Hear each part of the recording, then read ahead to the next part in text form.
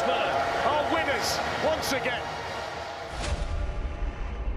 It's Groundhog Day again in the Vaduz save. Another failed perfect run at winning the Champions League. And yet again, going into season number 9, we start again at the very beginning. Back in the Conference League, back at the very bottom. But this time I feel like it feels different. I think. Come on, let's try again.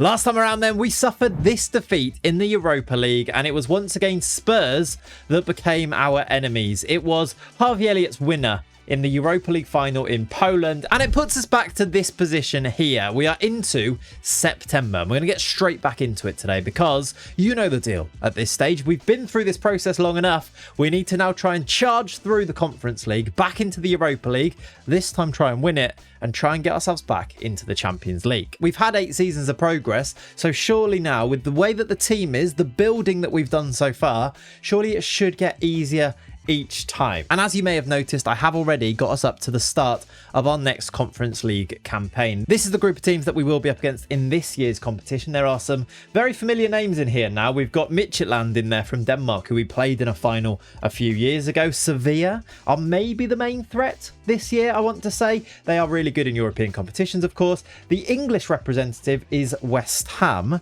I feel like that could be a bit harder. This could be a good opportunity for us to go and win this, looking at the team. And of course, as we always need to mention, Viking are once again in the same European competition as us. We are best mates with Viking, I want to say. Though looking at these teams, maybe with the exception of Sevilla, we should be maybe thinking of ourselves as one of the favourites, if not the favourites, to go and win this competition again. I mean, we're looking for our 3rd Europa Conference League win at this stage. 3rd win and 4th final since starting this save. And that's why I say that this feels like Groundhog Day all over again. It really does feel like that. That's sort of the nature of this save. We know that this is what makes it so quote unquote impossible. But before I show you the transfers that I've made, and there are only a few of them this summer going into this campaign, I do want to update you on the summer's activities, because a lot of you will remember that we were taking part in the Club World Cup. And while we got to the quarterfinals and were knocked out by Chelsea in this competition, I'd love to be able to come back and say we're actually world champions, but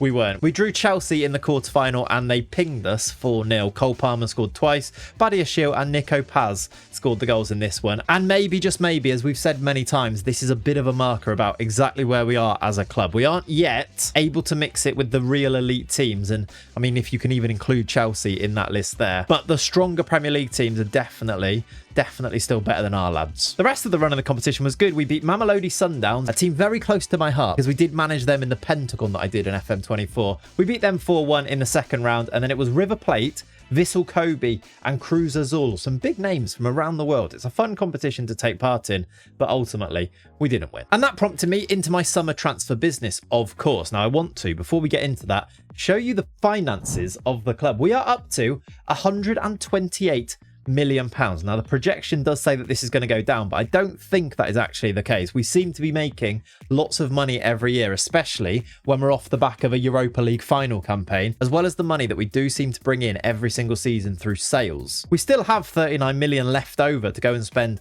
on transfers if we want to, but I think for a Conference League run, the team is already strong enough, and I want to kind of save the money if we can for when we're back in the Europa League, make sure we win that one, and even more so to try and go really big when we get to the Champions League. I talked about wanting to do that last time, and then, well, I just didn't, did I really? The players that I would want weren't really available, and maybe in hindsight, that might well be a bit of a regret. Hopefully, let's put that right next time around. Here is, though, the small bit of business that I did do this summer. We have brought in 4 players, the biggest of which I will probably say is Shaquille Van Persie. I think we played against him when he was managed by his dad at Feyenoord, and he did well against us then, I seem to remember. I think he scored a goal, and he was available on a free transfer this summer, and I decided that actually he might just be the main man to lead our attack. I think we were really lacking in this area since we sold Ivanovic, since we let Tostado go for that release clause. I think we've needed a focal point at the top of our attack, and just to scroll down here to the transfers out, I don't think Filip Angelov, who was doing that role a lot last year, was really quite what we needed there. And he got sold in the summer. He went to Damac for £16 million, as well as the Brazilian centre-back Nascimento also was taken by the Saudi team Damac. We do seem to see this happen quite a lot, don't we? Where not only one player goes to Saudi in the summer, but they come in and take multiple players from us. It's a bit strange, but also kind of welcome, because we have brought in £36.5 million and again turned a profit. And I guess whilst we're here, let me just point out a couple of other sales. Rayan Cherki has moved on loan to Everton. His physicals, even though he's only 30 and they weren't ever brilliant, seem to have got even worse for us now. He's only got 8 stamina, and I actually think we might now have just better players in those positions, especially using him as a winger. We've got Ashraf playing on that side now, and I think he's just better than him, even though Rayan Cherki was brilliant for us in those couple of seasons, wasn't he? And the other one, I've also let Martin Ayeda go on a free transfer. That's the other big one, really, although it wasn't really. He didn't play loads of games last year. Other signings in then, we spent £6.75 million on Lucas Godoric. He has come in. He is a right back from Dinamo Dresden. And another free transfer signing who I think is going to play a lot of games for us this year, Isak Varal, a Swedish attacking midfielder that we're probably going to use a little bit deeper in a central midfield spot. And he's made a good start in his career too. Look, you can see the average ratings because, of course, we're into September. We've already played a lot of games because we've done all of our qualifying. We've started the league campaign and we're ready to go and start the league phase of the Conference League. Finally, we've brought in Ben Nelson, who is a really curious case. He's a Leicester centre-back who I don't think is really up to much generally, but he's got 8 England caps in this save. And he was on a free transfer and he spent his entire career in the game at Leicester, getting relegated to the Championship and then promoted back to the Premier League. They've yo-yoed pretty much every season between the Championship and the Premier League. And he's been a mainstay in their defence, so I'm not sure how many games he's going to play, but he's a kind of solid free transfer signing to bring in, and maybe we could even sell him for a profit later down the line. His value's over 10 million. Those are our signings. This is the way that the team is going to look. We're going to continue with this 4-3-3. I do think it makes us more solid. It did lead us to winning the Conference League and then get into the Europa League final. Hopefully it can do that again with a few changes to personnel. But I think now we're ready to go and crack on with the Europa Conference League phase. And I'm going to come back once we've completed that, maybe even a little bit later on, depending on how easy or tough the draw is. I'll see you when I've played a load of games. Well, I talked about wanting to go and play a load of games, and, well, this should show you that that is exactly what I have gone and done. It is now the end of our 9th season here at the club, and we are in another final. The reason that I've come back so late here and flown through, really, is because it kind of is exactly what we've seen before. We are definitely too good for this competition. I am absolutely able to fly through the seasons because we're too good domestically, and then we're pretty much too good for most of the teams that we come up against in the Europa Conference League. We've managed to get to the final again, and here we will play the favourites that I picked out before a ball was kicked, Sevilla. Now, I actually think we are still favourites to go and beat Sevilla in this final, and I would be surprised if we lost this based on just how good I think our team actually is now. And I am going to spend some time to try and show you just how actually good we are. I think this tactic screen tells a pretty good story of it. Just look at the number of goals that our players have scored. Let's start in the midfield with Isak Varal, who has come in on a free transfer in the summer, and he's picked up 25 goals and 22 assists from central midfield. Now, he does play one of our number 8 roles here, but they are very attacking. They play as attacking midfielders, but then they do drop in really deep out of possession. But he's been able to get really involved alongside mainly Livic most of the time. You can see by the appearances being made here. And he's contributed 47 goal contributions this season. Now, most of them obviously are domestically in either the Liechtenstein Cup or in the Swiss Super League. But I think we've managed to stumble across a system and a way of playing that gets the best out of so many of our really good players. Because look forward into the attack now. We've got Kostic currently playing on the right wing. He's picked up 17 goals, but 38 assists. Now, he sometimes plays in central midfield, he sometimes plays on the left, and we do mix these guys around a little bit. And also, I need to tell you that in January, we did sell Ashraf, somebody I talked up massively at the beginning of today's video. He went for £18.75 million to Spurs because that was his release clause. Again, sort of my bad, but also I will continue to use release clauses because I think if I don't, players don't really want to come and play for Vaduz. So it's kind of a compromise where we might end up losing them and have to replace them, but I feel confident that we can replace them with good players. I'm able to pick out players that are definitely going to contribute. Look at the goal scored, for example, by Mudra, who plays sometimes on the left wing and sometimes through the middle as a striker, but 47 goals in 51 games, just the 9 assists. He doesn't really pass much, does Mudra, but 47 goals alongside 25 from Isak Varal, alongside 35 from our main striker, Shaquille Van Persie. He has been a bit of a game changer this season. He's a very, very solid striker. He's kind of got everything that you want. He's become Robin Van Persie in lots of ways, looking at his profile there, right? And I think this tells the story of just how effective we've been this year. So effective that we've only lost once in the Swiss Super League. We lost one game to Thun, the Thun Army, which we actually lost 5-2, but we've only dropped points in 6 games in 38. We are the champions, but not champions of the Swiss Super League again. It's another glorious season and our first season ever where we have broken the 100 points mark. It's very nice to do that, especially alongside a 106 goal difference. We are outrageously good, way better than any of the teams in this Swiss Super League. And the issue, of course, is just that we need to be perfect in Europe, starting with another Conference League final now up against Sevilla. I was actually reading a few of your comments as well, and I want to digress very slightly at this stage to talk about the other Liechtensteiner teams. Lots of you were asking, have they ever been given a European run because they were the second rated team in Liechtenstein and we'd won competitions like the Conference League or the Europa League? And honestly, the answer is no. I went through every other Liechtenstein team, and out of all of them, Busiest seemed to be the best of the rest. They were the team that we beat in this year's final 4-0. But I did find something interesting for Busiest. I went back through their history and realised that most years they just play in the Liechtensteiner Cup. I did put a name fix on, by the way, which is why the Liechtensteiner Cup has become the FL1 Active Cup. But most years they're just playing in this competition as well as a couple of friendlies. But if you go back to this season here, in 29-30, Busiest had managed to get themselves promoted to the Swiss Challenge League. They were playing in the second division in Switzerland, so maybe not all that far behind us. I wonder if there is going to be any type of knock-on effect where if we become super successful, will the country of Liechtenstein's reputation increase so that perhaps some of the other teams from the country can get better youth intake players and there in turn maybe be more successful? And maybe this is a small inclination that might just be happening a little bit, or it was just a bit of luck because the leagues below aren't loaded in and it just decided that Busiest were going to be the team to go up that year. It could just be that. They did also finish rock bottom with just 4 wins from 36 and 17 points and go straight back down as well. So that's also not great. Maybe it will be fun though to keep an eye on that as a bit of an aside here. And maybe it can kind of become a small sort of build a nation save in a way if I keep investing some of our money into some of our facilities, maybe trying to improve the Liechtenstein national team.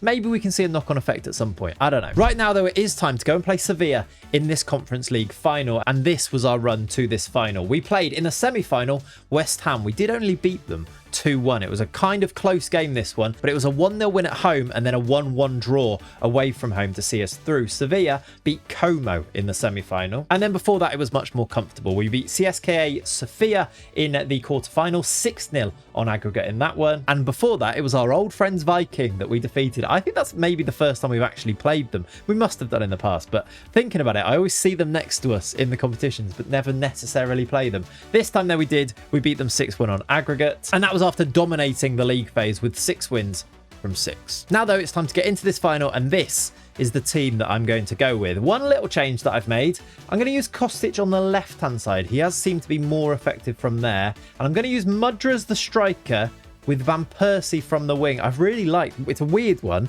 but I've really liked Van Persie playing in off the right hand side, cutting in on that left foot of his. It might well change in game, but I think this is how we're going to line up for the final, and I'm going to press get into the match, and we're going to go and see these teams walk out and hopefully go and get ourselves back into the Europa League for next year. There is the Sevilla team, and I'm actually feeling really confident. I really truly believe in this group of players. I think we deserve to be in the Europa League. I actually think if we were in the Champions League now, we could put up a really good fight. Here we go though, into the match we go. Here come those two teams, the Conference League sponsored by Decathlon. I don't know why I've read that out for you there. Here are our lads, Sevilla in the final. Again, I didn't look where the final was being held, did I? I really should do that. I like to know where the finals have taken place. Here they come, the two teams. Let's get ourselves underway and hopefully bring home the bacon. And the bacon was well and truly brought home. I don't know why I've used that phrase, but yeah, bacon acquired and safely transported back home, courtesy of a battling first half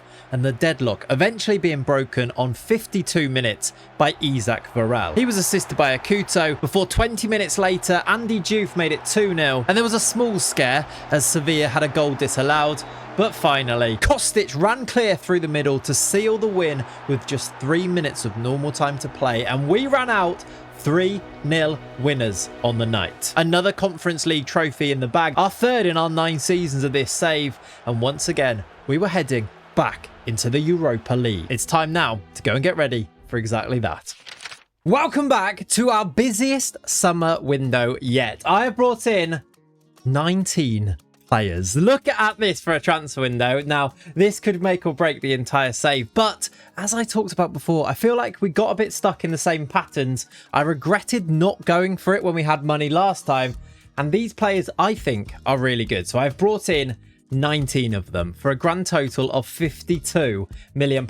Now, loads of these probably will play very few games actually for the first team, and some of them are just replacing outgoing players too, because there have been some sales as well. But I'm going to put them on the screen here so that you can see them coming in, and then I'll go through the first 11. That way it doesn't mean that I'm going to read through every single player in this list of 19, and instead you can see the players that are usually going to be starting games for this Europa League campaign. I will though show you the sales, because there are some big ones going out this summer, as I mentioned before. The biggest of which is £25.5 million for Pavel Mudra to Atletico Madrid. That is a £22 million profit.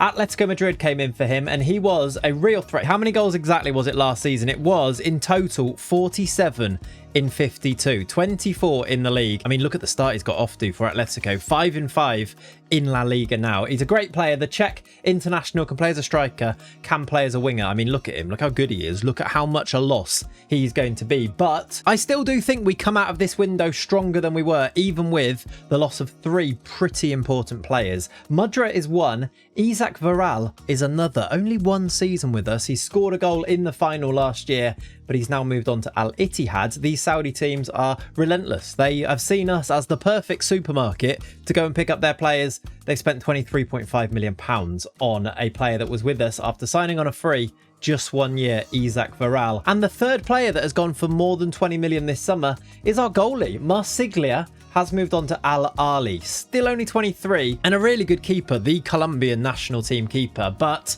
£21 million was again too good to turn down for a team that's playing in Switzerland, and he's moved on. Alongside also Noel Atom has moved on, Spasil, who was the backup left back, has moved on, Cherki has now gone permanently, and Andy Diouf has gone after his contract expired. This all means that the squad now looks something like this. Our attack will still be led by Shaquille Van Persie, but some really good new wingers alongside him. On the right hand side, Facundo Gomez has come in on a free transfer from Liverpool. Liverpool signed him a few years ago, 5 or so seasons ago now, for £7 million straight from Argentina, and he's played 2 league games in that time. It doesn't take away from the fact though that he's a really good footballer. It's just that Liverpool and these teams that we might end up coming up against in the Champions League again one day are super stacked with new gen players that are brilliant in this save. This is kind of what we're up against. This was a player that wasn't getting in the team for Liverpool. We've happily picked him up on a free transfer though, and he's going to play on the right hand side with an Englishman on the left hand side, Malik Cole, another physical beast. Look, my green attributes are 15, so maybe if yours are 16,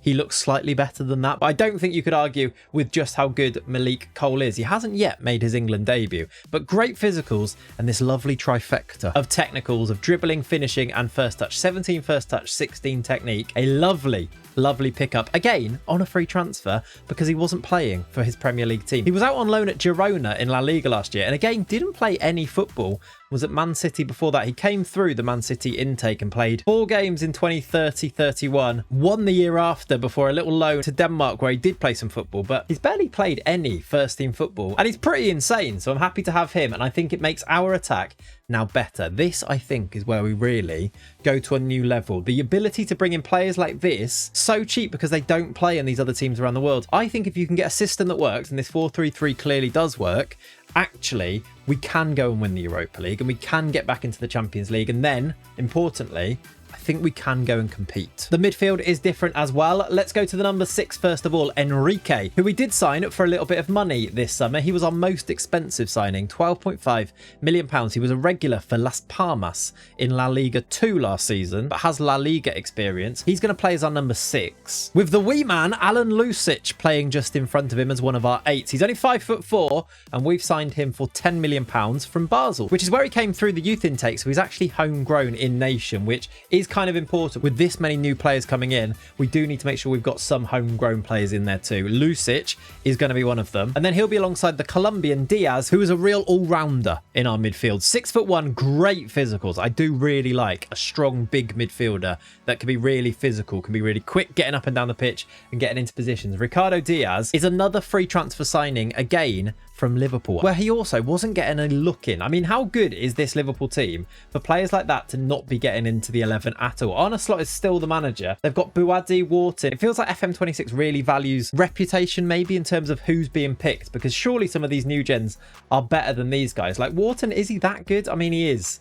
He is that good, actually. And we know how good Buadi is. Have a look at that. This is the reason that these players weren't getting in this team. Johan Bakayoko on the right-hand side. Yeah, I see why these players weren't playing any games here. Yield is on the left wing. Wirtz in the number 10. They've got Cal Elias as the striker. He's developed really well. I don't know why we're doing a drop-in to see how good Liverpool are, but I guess it does give us a bit of context for the top teams around Europe that we need to go and try and begin to compete with. Back to our team. That is our new midfield, and the rest of the team is also new. Kiatos is our right back. John Perry is apparently Spanish with a name like John Perry and that moustache. I think that man was definitely born in Liverpool. In fact, he's actually half American, which kind of explains things a little bit. He will play alongside the 6'5" Roman Vesely, and at left back we have Razak Diallo. Our new goalie is Felix Lati, a Ghanaian, and maybe I'm a bit worried about this particular position. I think specifically for goalie, this might be a little bit of a downgrade. Marsiglia was brilliant. I'm kind of hoping that Lati, because he's so young, still only 20, that we'll get a bit of development out of him. He does seem to have really high potential ability, so maybe one day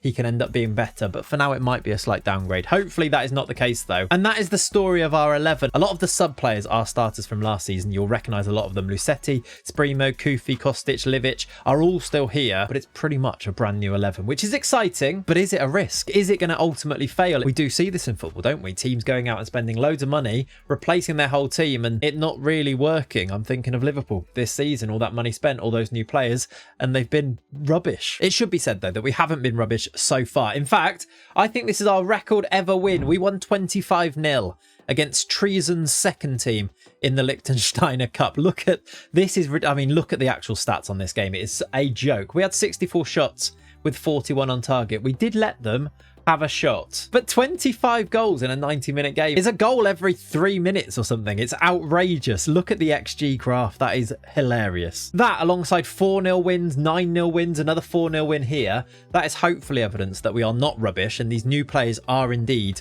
an upgrade, something we can hopefully go and prove now by starting our Europa League journey. We are straight into the league phase this year, which is a nice little bonus. We don't have to go and do, there's an ice cream van. Ridiculous. But there will be some pretty stiff opposition in this group of teams here. Leon, I don't know why they've just jumped out to me there. We've got Valencia, Spurs, our old, oh God.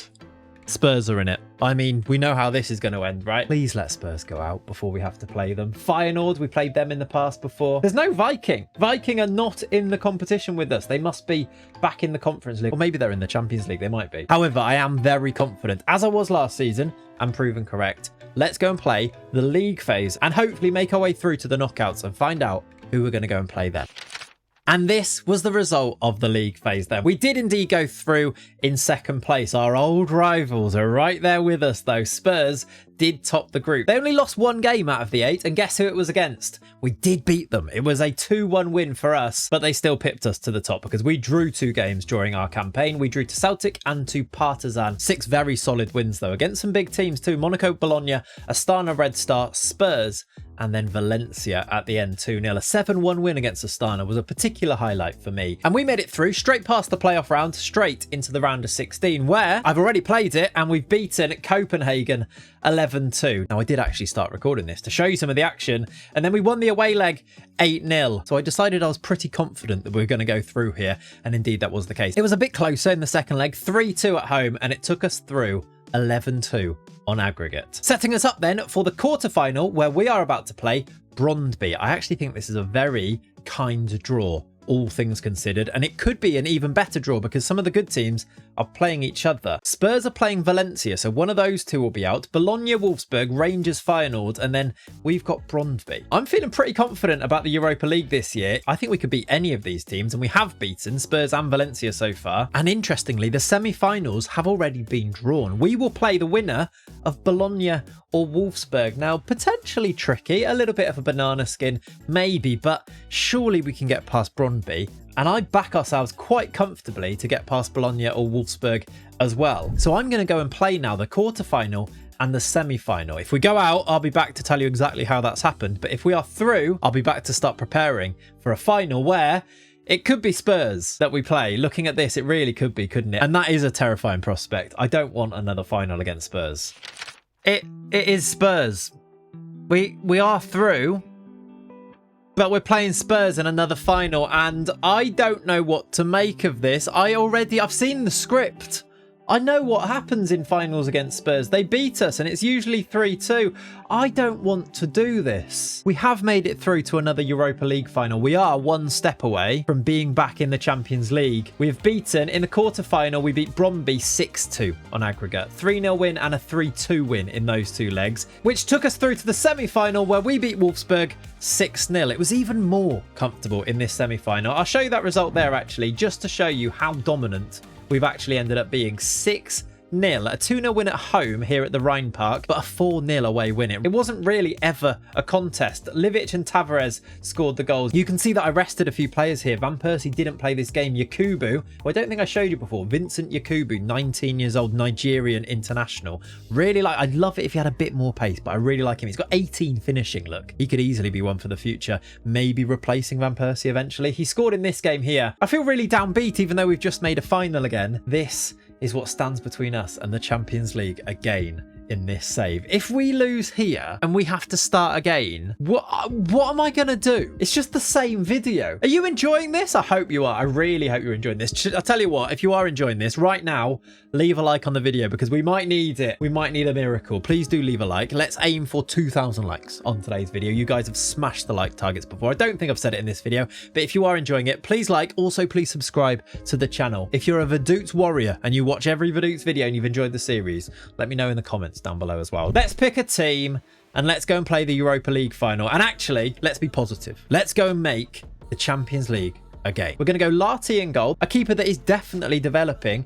As I mentioned before, this potential ability should be quite high based on how quickly he seems to be growing and developing. Now 21 years old, it feels to me like he's coming on leaps and bounds. He's got 17 reflexes as well, which I love in a keeper. Reflexes to me is the most important attribute for a keeper. It seems to be the most impactful for a keeper anyway. We're going to go Akuto at right back coming in. It would usually be Kiatos, but he's injured at the moment. And then we'll have Perry, Vesely and Diallo, which are three members of the normal back four. In the midfield, Livic and Diaz are going to start. Diaz has been a dream this year. Probably maybe my favourite player in the team this season. He's got 22 assists and 18 goals from this midfield spot. I really, really like him. Signed on a free where he wasn't playing football for Liverpool. It's such a joke. Look how good he is. I love him. He's going to start as one of our eights alongside Livic, and we're going to bring in Aguiar, who's been at the club for absolutely ages. He's played a lot of games for us at centre-back. He's been here since we signed him for 1 million back in 2031, look. He's not been a regular this year, but he is going to play the Europa League final for us. This is just because Enrique, who usually plays there, isn't fully fit, and I've not been massively enamoured by the way that he's played. So I'm going to make a change, kind of using a centre-back in midfield, because we're going to get him to drop back as a centre-back out of possession in a flat back five to try and be even more solid for this final. I'm going to try and learn from some of the mistakes against Spurs in the past where it was way too open and this attacking midfield seemed to catch us out a little bit. Hopefully that's not the case this year with basically an extra centre-back playing in there. It either works or I've gone full Pep here and overthought things and ended up playing John Stones in a ridiculous position. That's kind of what's happening, isn't it? Hopefully not, and hopefully instead our brilliant attack is able to see us home. Gomez on the right, Cole on the left, and Percy through the middle. Van Persie, less goals this year, 22 goals, 11 assists. Our main goal scorer has been Malik Cole on the left hand side. He's got 31 goals, cutting in on his right foot from there. Loads of other goals I should say as well, by the way, coming from Yakubu, who's only started 12 games but scored 23. Tavares, who can play on either side, he's got 25 goals and started 35, so he does play often. And Kostic, who has been at the club for ages, did play and score in that Conference League final last season. This, though, is the team Let's go and play this final where I've also, again, not checked where the final is taking place. Why do I do this? We'll get to see at the end of the game. But let's go and see if we can win the Europa League and get back into this Champions League. There is that Spurs team. And oh my word, I've just noticed something. They've got Hossam Ashraf. Of course they have. Spurs were the team that triggered his release clause. And our ex-player is playing for them. They've also got that Ferreira that we looked at last time we played them. And Harvey Elliott scored what became the winner in that last final, didn't he? There is the Spurs team. Thomas Frank is still the manager. They've got Esteval on their bench. That's a fun one. There, though, look at the lads. Captained by Van Persie. FC Vaduz. In another Europa League final this time.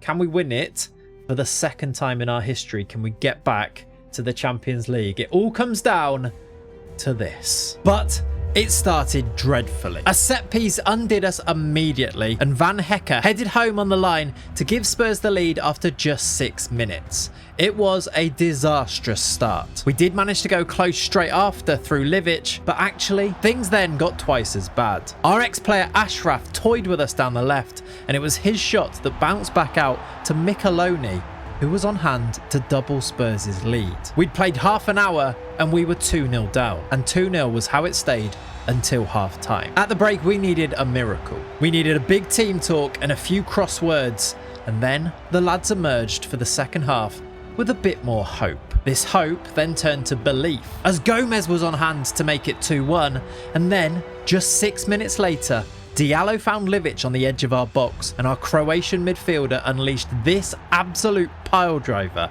to level the game and complete our comeback. There was still over half an hour to play, and at a level game, could we go on to win it from here? The momentum was well and truly with us until it wasn't. Nothing happened for the next 30 minutes, and the timer crept into added time. And it was here, stoppage time on 90+2, that disaster struck again. 3-2. Spurs. It had happened again. Our keeper Lati came for a cross that he would get absolutely nowhere near to, and the Spurs winger Veron was there to apply the finish. And that's how it would finish. Another loss in the Europa League final. Another loss to Tottenham Hotspur. Yet again, I knew this was going to happen. Yet again, we're going to have to start all over again. 11 seasons into this journey, and we're right back to where we began. Right back in the Conference League all over again. And I feel like this save will never, ever end. I guess we go again next time, and hopefully you'll come and join me for that. We just need to not play Spurs, I think. Right. Thanks for watching. I'll see you next time. Football Manager, mate. See you later.